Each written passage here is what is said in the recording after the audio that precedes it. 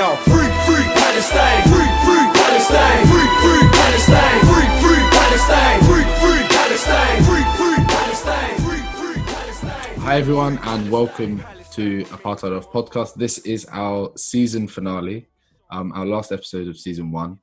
This is a special episode, and I'm not really hosting this, to be honest. This is going to be a reflective conversation with 3 other friends and student activists who are part of AOC. So massive thanks to Hannah, to Alex, and to Kavit for obviously joining me in this conversation.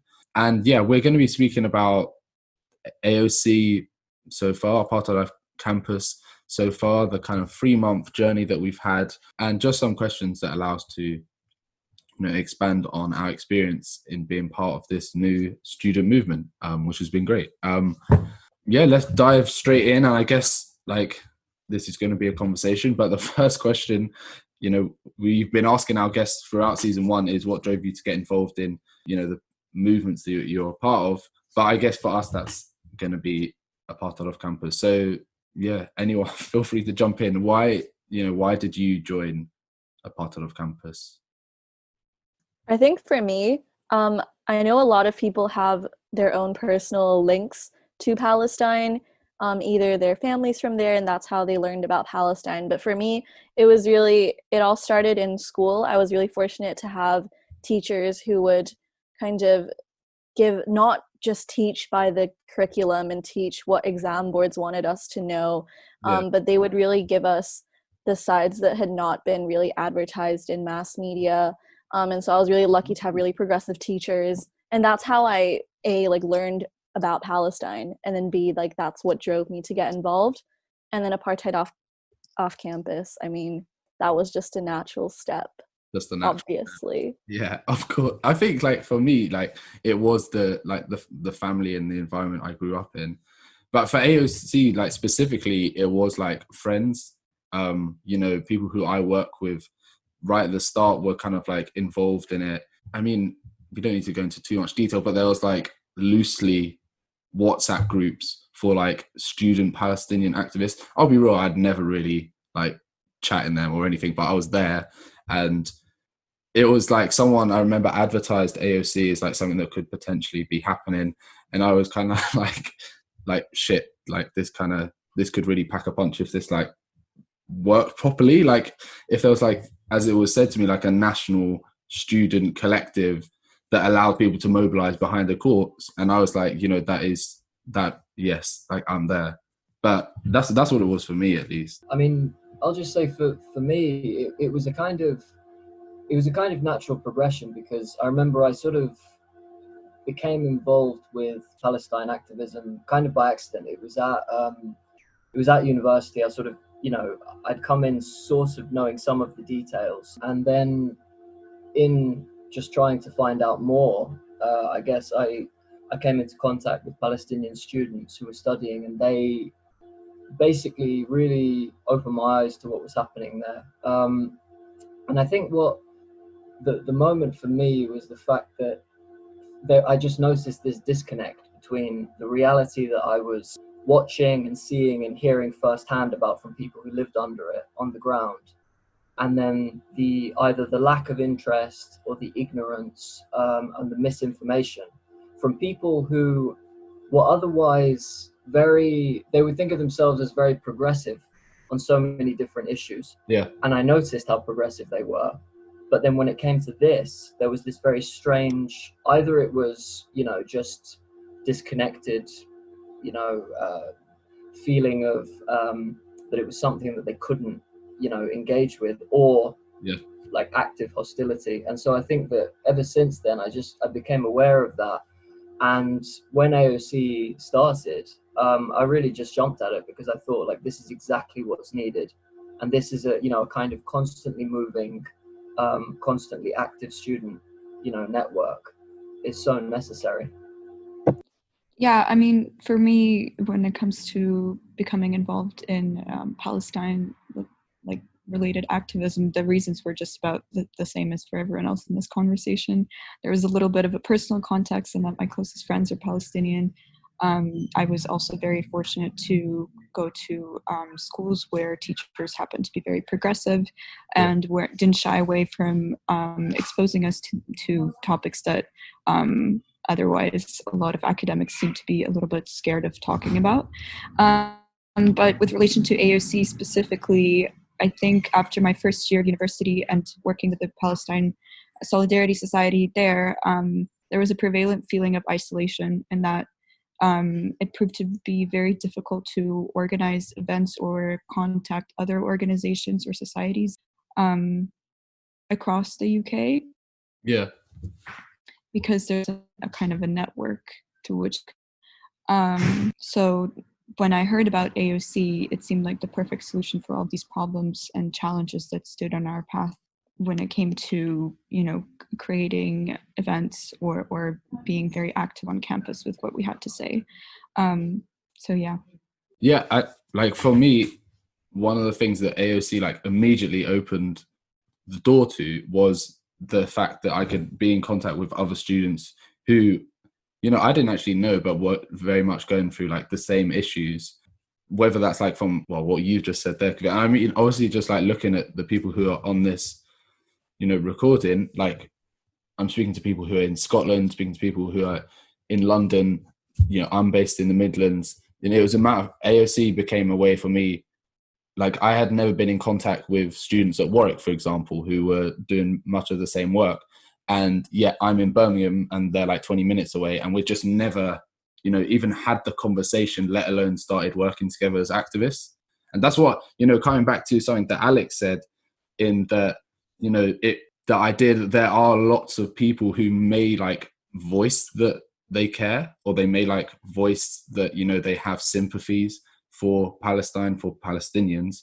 I think AOC has become a place where a lot of us are radical, and there's not really too much space to not take a radical approach, because what we are doing is radical. And that was really nice for me on a personal level, to just be in contact with these people, but then to work with these people and to actually, I know we're going to come on and speak about the change and the achievements that we've had. That was something special for me, and that's what encouraged me to be more involved and made it really it was empowering. And I think, Joseph, you touch on this point that kind of, for me, that's what drew me to AOC, is that it's really this national network of students. And it's really unlike anything I've ever seen before. It's unlike anything I've ever experienced or been a part of. And obviously, while I am will be part of my PALSOC at my university, I think it's so important to have these conversations across different campuses to get this coordinated effort in kicking apartheid off campus. That's where the name comes from. And and yeah, I think this is how it should be. It shouldn't be just isolated campuses. Yeah, effort. I think the fact that apartheid off campus is horizontal as well really has enabled us to create something where myself, I feel I'm having an impact, and I'm able to input things that I've been thinking about, or that I've seen in other I guess grassroots and activist spaces. And I think the fact that we've managed to preserve the fact that it's horizontal, and the fact that there is no hierarchy, obviously it has been something, Hannah, as you were saying, I don't know where that exists too much. I couldn't name a student movement of our size that operates in the same way. What I think also makes AOC quite different from other student movements is that we mobilize on all fronts, and that we go beyond just online action and reposting stories. We create podcasts, we write articles, we do outreach and connect with other organizations. Yeah. So we really are trying to sort of hit all of these very big sort of stress points within the discourse and within really the movement really for the liberation of the Palestinian people. And that that allows us to do is to have people come in and feel like they can do something to contribute to the movement at large. Because often what we see with young activists and students especially is that they feel like they have to have some kind of prerequisites to join these movements. And here we're welcoming them with open arms and saying, if you want to write an article about, the intersection between BLM and Palestine, you're more than welcome to do that. If there's graphics that you're passionate about, you can make a graphic. So I think in that sense, it makes us not only very welcoming, but also very effective in a way in what we're doing, because we're not leaving any gaps at all for the Zionist lobby to be able to sort of, come in and take over. One of the problems we found is that we can't emphasize enough to maybe like the newer members how easy it is to get involved. It's not like you have to work your way up.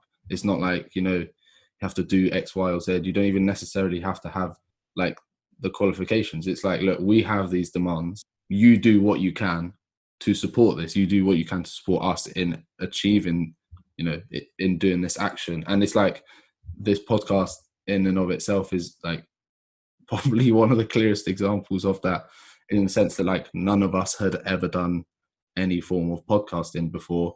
We just kind of said, let's do this. We can see, we had that vision, we could imagine like where and how this could disrupt the spaces that we're in. And we were like, let's just do this. And like, this is what I would want to say to anyone who's like even considering, like who's just even looking at AOC, like everything that we've put out has been a result of a student in the country, in the UK and abroad, actually, like directing that energy in one place, and that one place, being Apartheid Off Campus's goals and aims, to get our universities to divest and for them to cut their ties to Israeli apartheid. And that's literally like all it really is, to be honest. Yeah, I just wanted to, jump off of what you were just saying, Joseph, about how it's quite easy to get involved because there's no sort of hierarchy or ladder that you need to climb, and it's not about connections or anything like that. Just I've been with AOC since just before the launch, and I've been pretty actively involved on a somewhat of a daily basis. But right now, everything that I've been working on recently, I've been working with a group that's a mix of activists that have been with us for the past 3 months or people who have joined a couple weeks ago. And, how active they are within AOC is not different at all. They're all very much active in the same way. So there isn't, any kind of a divide between, the core group and then everyone else. We do, we help each other out any way we can. There's, it's a collective space to learn, to grow together, and to make sure that we're learning from each other as well, because we all can have something to contribute in terms of, some of us have been activists on another issue, and perhaps we've learned something when it comes to the different tactics and techniques on how to effectively communicate. Others have done some other work, and so it's a very sort of I know we've been saying this consistently since the beginning of this episode, but it's just a very very kind space to be a part of, because you're just surrounded by these great people who are all very passionate as much as you are, because it can feel very lonely as an activist, especially if you're on a campus where it feels like where there isn't, for example, a Palestine society, or you just feel like any kind of even attempted beginning of a discussion about Palestine is very quickly shot down. So it's a very unifying idea, I think, to get behind, which is Apartheid Off Campus. Personally, for me, I joined after the launch, so I wasn't there from the very beginning, like Kavit and Joseph. But for me, it was literally so easy for me to get involved and like start doing things, and like I literally just had to join a Zoom call, sit there for half an hour and contribute and talk, and then boom, like suddenly I knew like all these different people, and then from there like we could bounce off like different projects on each other, different ideas, and here I am on the podcast, so it's just, for me, it's been, honestly, at first I really was skeptical, because I guess like I always didn't really know if I could get involved, like what, I don't like have any qualifications, so it's not like I didn't feel like I had that much to offer, but it's like everyone has something to offer, their time for one, and that's as good a talent as any, and everything else you kind of just pick up as you go along. So For anyone who's listening that wants to get involved, take it from me. It's really that simple. It really is. And like, I get all the fears and stuff, but like, don't worry. Yeah, and I mean that's really how these kinds of initiatives should be. I mean, when you think about it, it's because I mean, a situation as important as this, which is in the news right now, is in the news right now, but it's not being covered in any kind of urgency. And the frustration that so many people have is that they see this, they want to help, and oftentimes the feeling is that you have to be a hardened activist who's been involved in this for years to start. And the difficult thing is many people they feel intimidated. They feel, well, I don't have skills in this and this. What's been really nice with AOC is that all of us have learned on the job as we've gone on, and that, I think, for people who want to get involved, what my message would be to say that it's very easy to, as has been said. It's also very empowering in a group like this, because it means then that you learn as you go, you contribute as you go, and it means that then anything that you want to be able to, if you have a particular thing on your campus, if you want to be able to, support Palestinian rights and liberation in some way, but you don't know how yet, AOC is very good with that, because you join like-minded people who have the same goal, and because we have a horizontal structure, it doesn't get competition, it doesn't get competitive, that there isn't some people aren't trying to get ahead of one another. We all just work together, and I think that's how it should be.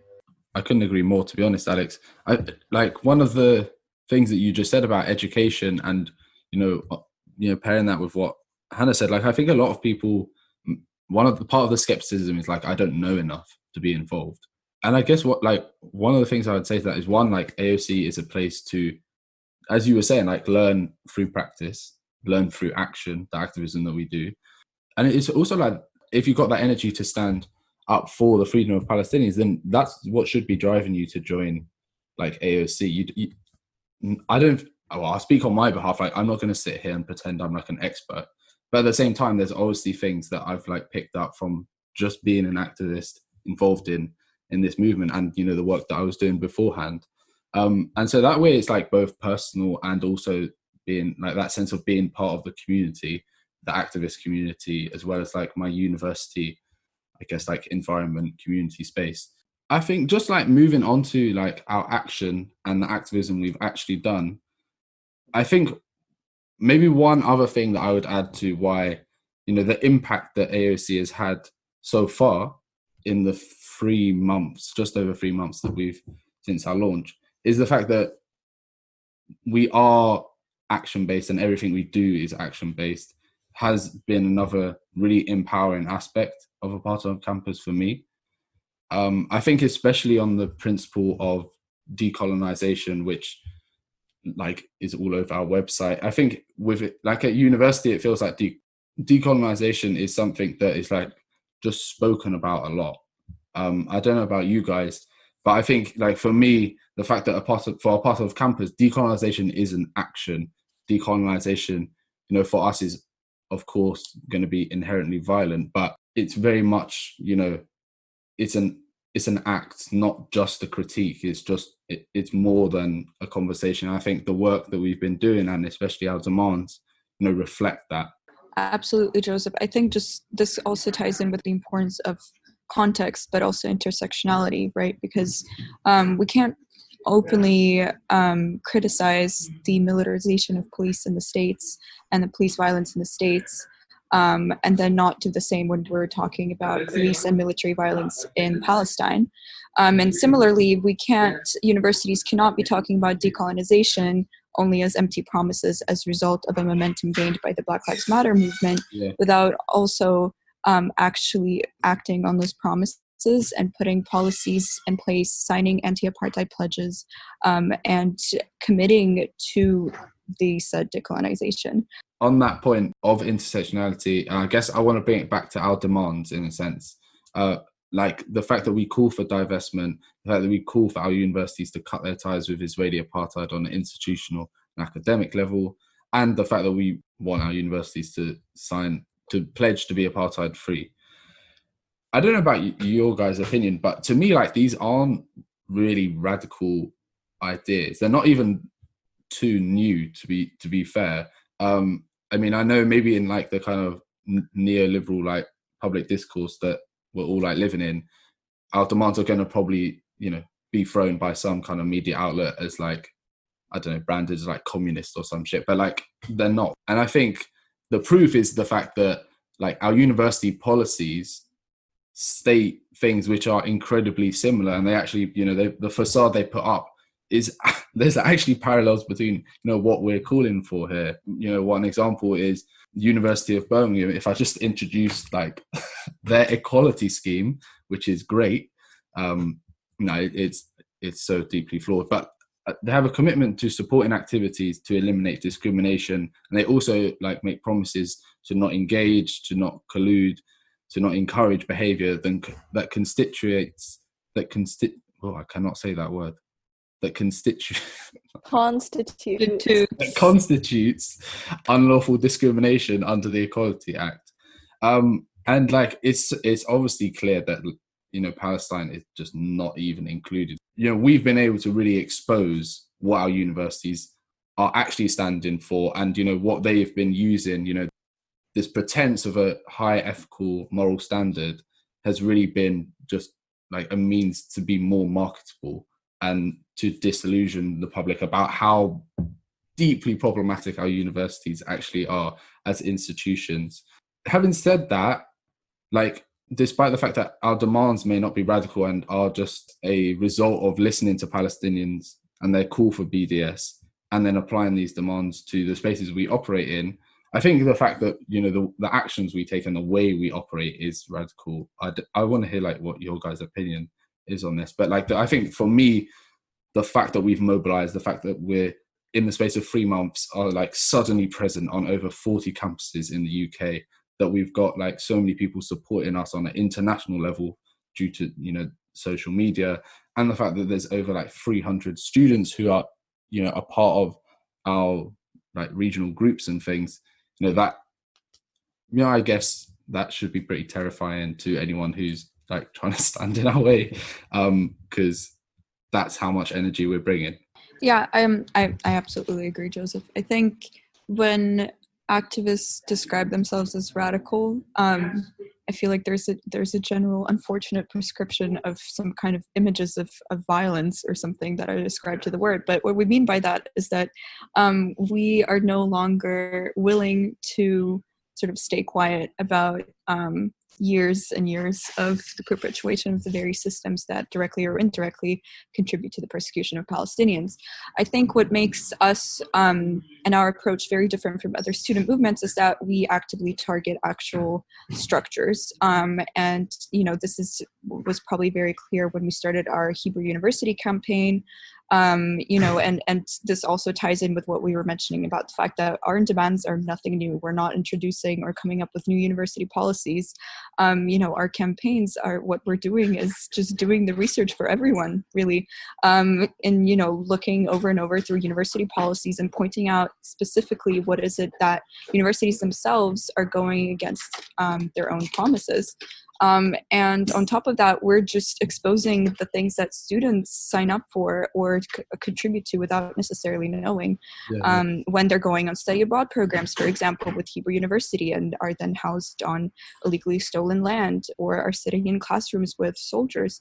You know, so all of these things that we are really doing right now is just shedding light on everything that's been in front of us this entire time, but that the Zionist lobby has unfortunately succeeded at either keeping quiet or pressuring others into, you know, not shedding light on it previously, and we're just not willing to bend under the pressure anymore.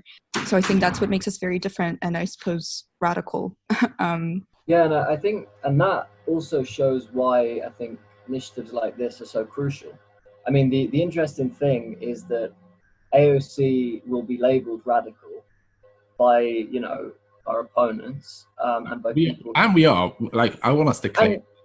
Well, yeah, no, of course, Right. and that's the thing. It's like it will be labelled that way in a, you know, for it to be, you know, in a pejorative way. But the thing is, I think we should be very proud of that, because I think that if you think about it, I mean, what we're calling for what we're actually calling for is very straightforward, which is do not have links with a brutal occupation which denies people basic civil and political rights and denies them freedom. Yeah. And the fact that we're fighting against that makes us radical, even though what we're actually calling for, it is so. I mean, I don't know people who would actually oppose it unless, they had a very particular, belief system towards Palestinians.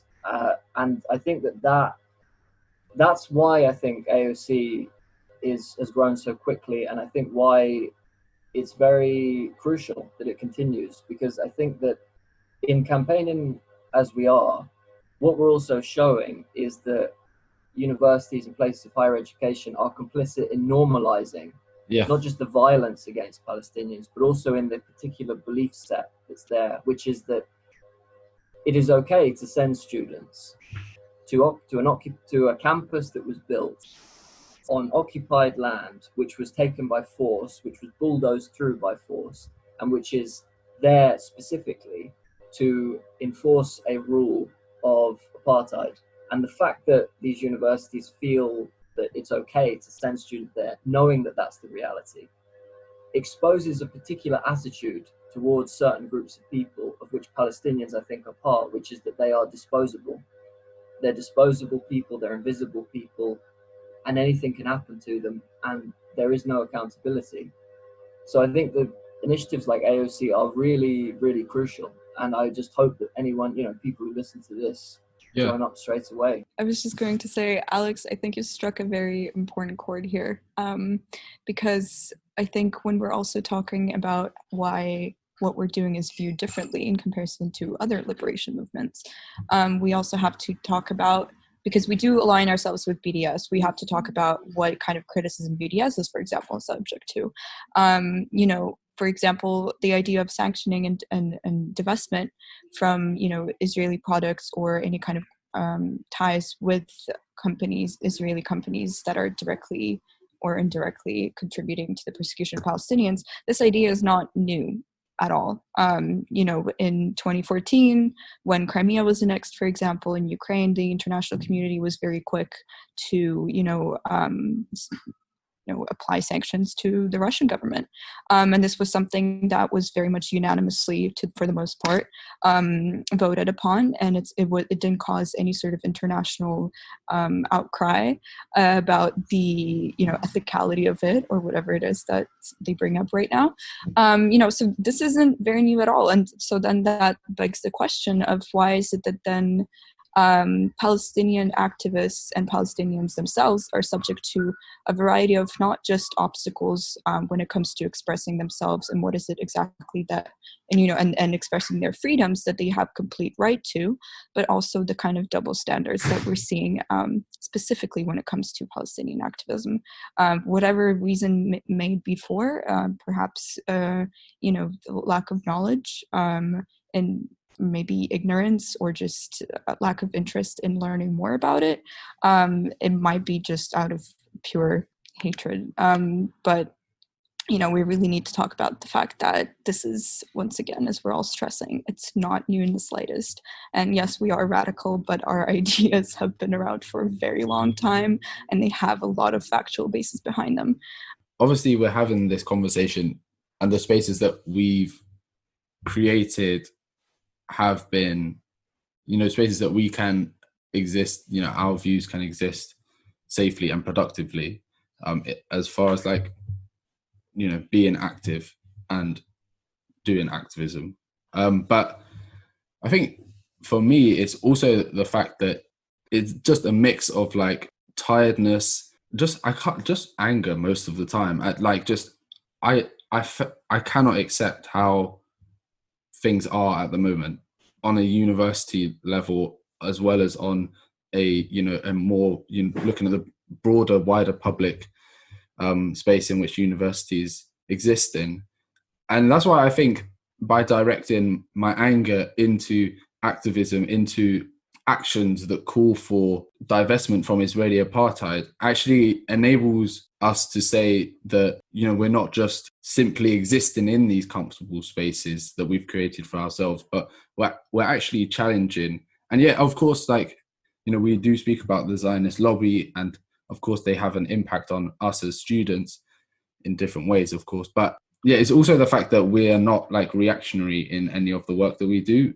Because our energy is directed in this specific position, it allows us to control what we're doing and the actions that we are doing, and prevents us from just becoming reactionary to like headlines or to news at the time. Not to say that we don't recognize what's happening there. And I think this is obviously like a good time for us to reflect on what achievements we've actually, you know, what we've actually done in the past 3 months. For me, like one of the biggest achievements has just been the fact that we've been able to mobilize so many people in a time where most of us are in like coronavirus lockdown, in a time where like usually nothing really happens in the summer months of university term. Yet we've kind of like been, well, we have been relentlessly working as activists and as students, which is in and of itself special and an achievement. But then also, you know, we have made material change in, you know, building on the campaigns that, you know, credit to the people who were and who are now part of AOC, who have been working on, you know, BDS demands on campus before Apartheid Off Campus. But we've also been able to build on those efforts. For example, fact that 125 student union officers came together and signed to a call to, you know, end our university's connections with Israeli apartheid. I don't think that, correct me if I'm wrong, but I had never seen anything done on that scale before, especially in that kind of circle. But this is just like one example. I think for me, one of the achievements that I've been really proud of and like really happy to see is like how seriously everyone is taking us. And I think like that recognition is obviously really important for all movements, no matter when in history they existed or like where around the world or whatever.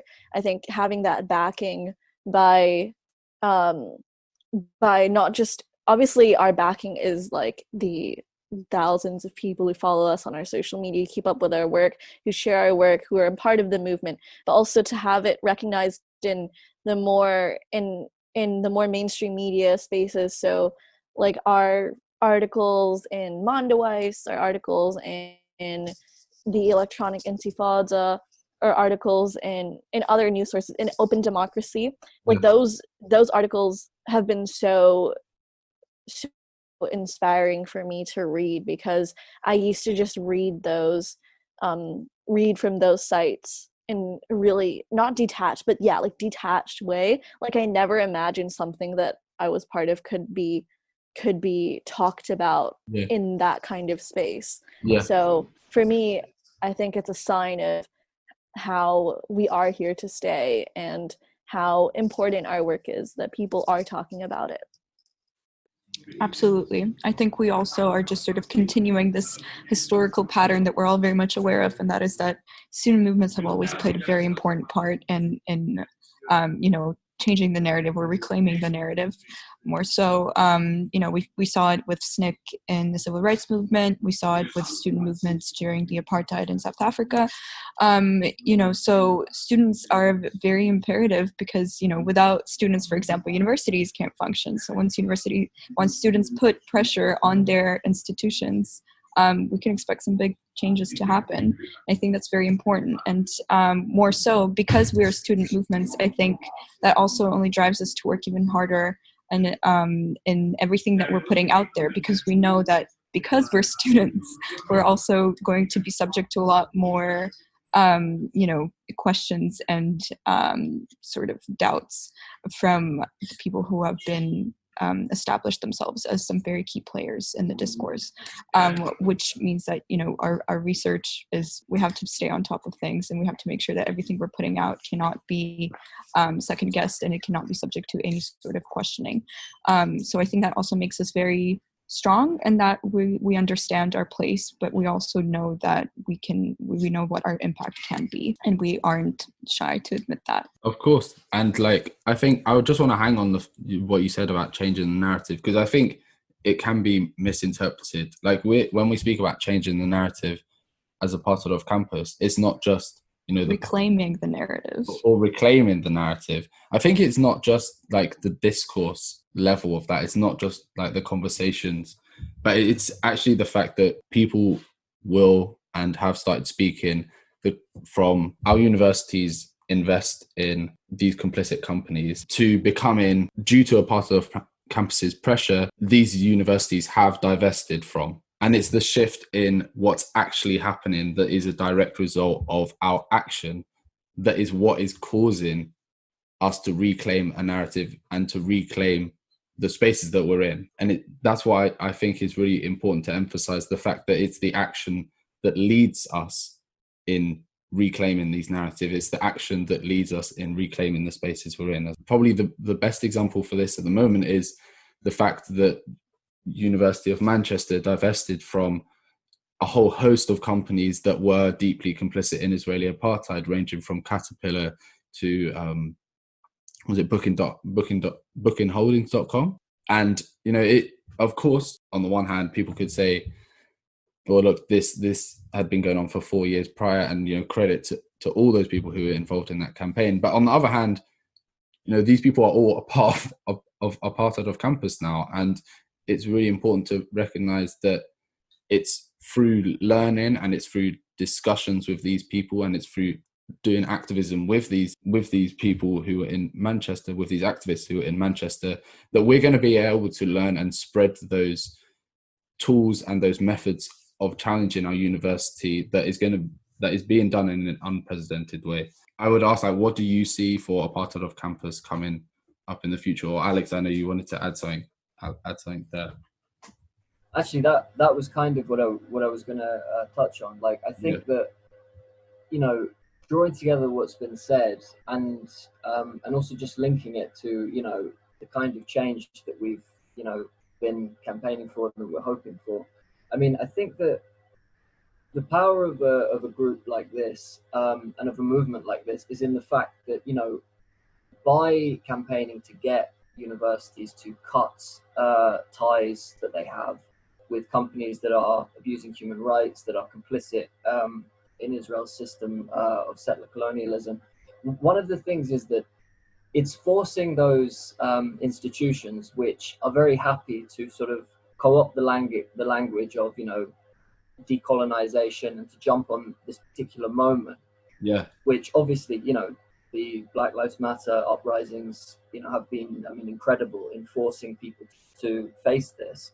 But, you know, institutions of power, institutions of higher learning are often very good at sort of, you know, paying lip service to this idea and then not making any tangible changes. Yeah. What AOC does is, by what we're trying to do is to force them to make those changes, put the money where the mouth is, and actually to get them to end corporate complicity in that system. And I think that what's so powerful about that and what's so important is that AOC is actually filling a space and driving forward something which is very heavily policed so much. And all of us know this, and everybody, you know, people in AOC and people listening to this will, I'm sure, have their own personal experiences of what they've seen of when it comes to Palestinian rights. You know, this is shut down, and these spaces where, you know, this is something that, you know, people want to highlight what's happening, it's policed so heavily that this is driven out of public discussion. And I mean, we've seen this in the UK, you know, I mean, ever since, I remember, I mean, with Israel's attack on Gaza in 2014, up until the present, you want to talk about, you know, people's opposite, what is the opposition to IHRA definition, for example? Yeah. The opposition, Palestinian rights, was at the center of that, and we never heard Palestinian voices in the mainstream media being brought on to talk about it. They were pushed to the side. What is the opposition to, you know, supplying Israel with weapons? What is the opposition to the Eurovision Song Contest? You know, there's so many things, and for all of these issues, it was very easy for people in power, for, you know, institutions to block Palestinian voices, and pro-Israel groups, furiously fought to keep their voices out because they knew that if ordinary people, heard that, then it would open a conversation that they don't want to have. They don't want to be had. And I think that what we can hope for AOC going forward, I hope, and I'll be really excited to see this, is that by forcing, or at least putting pressure on university campuses to divest as places of higher learning, and to take that message of student safety when it comes to Palestinians. What safety do Palestinians have? How safe can they be, studying under occupation over there, and then coming here to a university which is actively complicit? And that real discussion, I think it's so crucial, because with our kinds of activities, the question of academic freedom is often used as a bludgeon against us. But it's such a distorted version of it, because Palestinians don't have academic freedom. And this is something that we need to, I think, keep driving forward. So I'll be excited to see it with AOC. And I think, just to add on to what Alex is saying, I think obviously our goal is ultimately to end university complicity, as Alex said. And our other goals are also on our website. But I guess for AOC, the future that I envision is sort of one where, all the universities divest, and that's ultimately what we're working towards. And in that process of the universities divesting and making their campuses safe for Palestinian voices and truly being apartheid free, there is naturally going to be a transformation in the rest of the nation and the rest of the world around the discussion on Palestine and the occupation. And so I think even let's say even when universities divest, even when there are no more universities that are complicit in Israeli apartheid, and I eagerly await that day, AOC will still be fighting for Palestinian liberation and working to make sure that Palestinians get the rights and dignity they deserve, that they go back to their homeland without fear of being persecuted, and that there is liberation, and it's even though we are working on the university level, ultimately we are working for a free Palestine. And so the future I envision is that. Definitely. And I guess we could probably even be more explicit in terms of what is to come. What we're going to see is more people join us. We're going to grow. We haven't even been on campus yet, and we've already got to this size. We're going to be existing in your your lecture halls and your student union spaces, and we're going to be obviously coming with this same energy that we've brought from just being at home for the best part in lockdown. We've got this direction now. We've got campaigns up and running. We've got tools and ways that students are able to be active as a collective, as well as on the ground locally on campus. So for example, the Hebrew University of Jerusalem campaign is not going to stop. We have had a couple of successes. We've able to reach media outlets, but I guess expect more waves of activism, expect more action in and of itself. Just expect a lot. I kind of want to just emphasize that nothing's really going to stop, and nothing's, as I think Alex and Hannah said, nothing, it's not going to stop until we've reached these goals and until our demands have been met. Point is, we're not going anywhere. And next time some bureaucratic university official or decision maker is thinking, you know what, let's invest in some complicit ties, they're going to have to think twice, because we're going to be a step ahead of them always. Yeah, of course, we will always be one step ahead. And this is where we will conclude this episode and season 1. A massive thank you to Hannah, Alex and Kavit for joining me on this episode. And big thank you to both our listeners, but also the activists and the students who have been involved in Apartheid Off Campus for these 3 months. So yeah, definitely go follow us at Apartheid Off Campus on Facebook and Instagram, and you can find us on Twitter at AOC_movement, where we'll be posting updates, including how you can find us at your university campus, the actions that we've been up to, and of course when season 2 will be dropping. Another massive thank you to everyone who's been listening and to those people who have been involved in making this podcast happen. We'll see you next time for the start of season 2. Sing it with me now. Free, free Palestine. Free, free Palestine. Free, free Palestine. Free, free Palestine. Free, free Palestine. Free, free Palestine. Free, free Palestine. Free, free Palestine. Palestine remains in my heart forever. We stand for peace times of war. We shan't surrender.